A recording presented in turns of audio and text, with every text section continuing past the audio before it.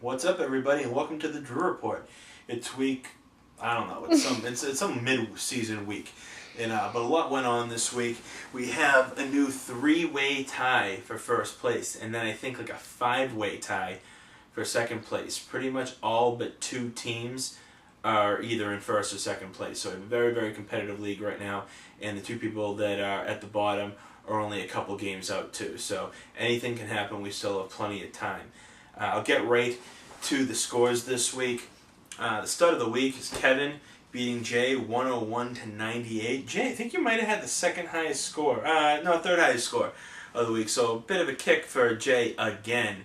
Jay just keeps scoring and scoring. I mean, he's got a good team. He's middle of the road in terms of record, but he's killing it in terms of points. So he's going to be hoping he can maintain that, just get into the playoffs and have it take from there. Let's see here. Jay and Maurice Jones-Drew finally doing it for you. Pittsburgh's D, I got like 3 points. They didn't do anything this week, and Michael Turner had a good week too.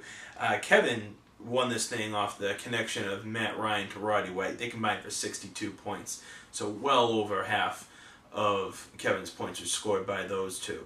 So great week for him. If Kevin had started Darren McFadden, who was on his bench, he would have had like 140 points. Darren McFadden himself had like 43 points. So huge week for him. Again, sorry Jay, it happens. Big kick in the dick, not the kick in the dick of the week. That is the next game. The next game is Chris beating Davey 81 to 80? Let's just put it this way. Why is that such a kick? McNeil was down 54 points going into Monday Night Football. 54 points. He pretty much just completely blew it off. Didn't expect anything. Now he's watching the game, having Eli Manning and Hakeem Nicks. Sees them start to go off, but it's not checking the score, and he's saying, "Man, am I actually going to win this thing? I told you needed 54 points. How much do you think Hakeem Nicks and Eli Manning combined for? 53 points. Down 54, he comes within 1 point of winning. I guarantee you there's no television at Waters Ave right now, because I promise you that Davey threw something through that television. If I had a lottery ticket and you touched it, I wouldn't even scratch it off. I'd just throw it away, because you are such bad luck. I've never, ever, ever seen not only poor luck in this much poor luck in fantasy, I've never seen anyone that unlucky in life. What is happening to you in this fantasy week?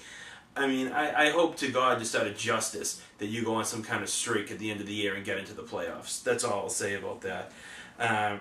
Chris, actually, to kind of compound that, Chris, probably a little hungover from the night before his UFC event, didn't even remember to change his lineup.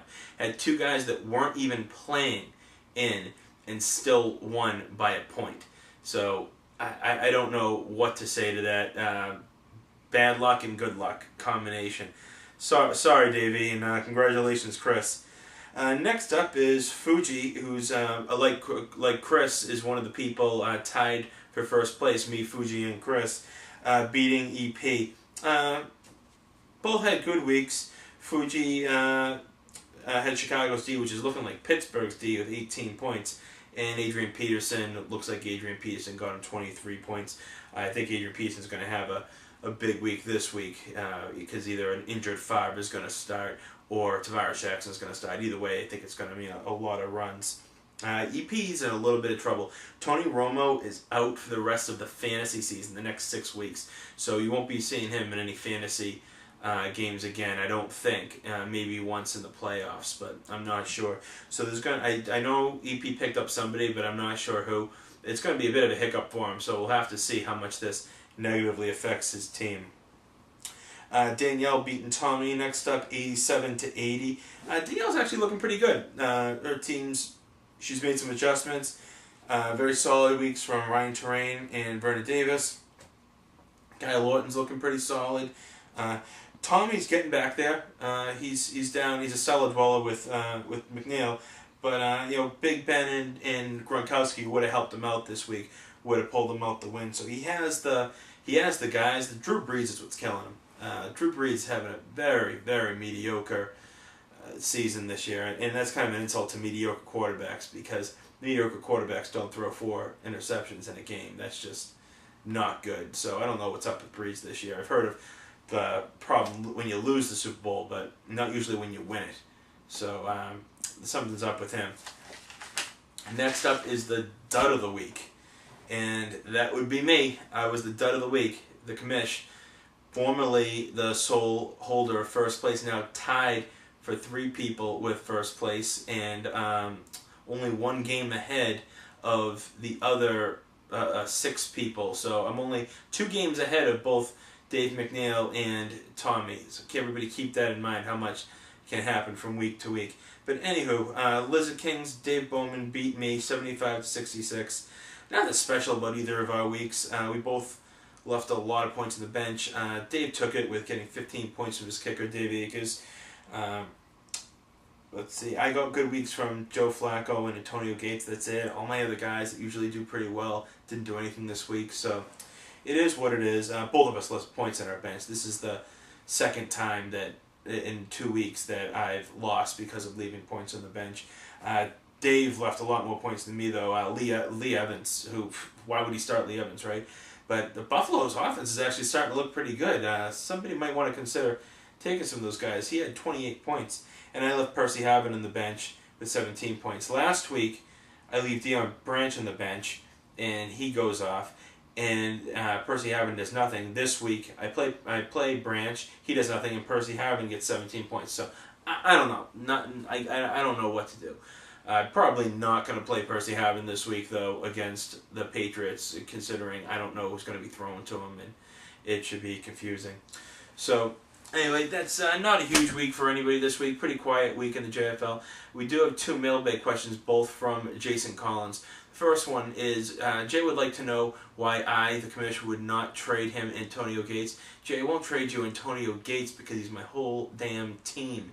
He's the only guy that's been consistent every week, getting me double digits every week. If I give him up, you're going to be unbeatable, and I can't have that. I need you scoring a ton of points and losing by a little bit to try to maintain what little lead I still have. The second question from Jay is he would like to know what I think will happen first. Will Dave McNeil get a win in the JFL, or will Dave Bowman either cut his hair or shave? Very easy question there. I'm definitely guessing McNeil is going to get a win. The reason being is effort. Dave McNeil is trying to get a win. Dave Bowman, even though it would be really easy to do, is making no effort whatsoever to cut that Bozo the Jew haircut he's got there, or shave that raggedy face. So, Jay, there's your answer. McNeil will get a win. I'll call it this week. I don't know who he's playing, but I think he's going to be due. Also, another prediction is the commission will lose again. I'm playing Chris, who's tied for first place, and I have more than half of my team on a bye week. So this is not going to be a good week for me.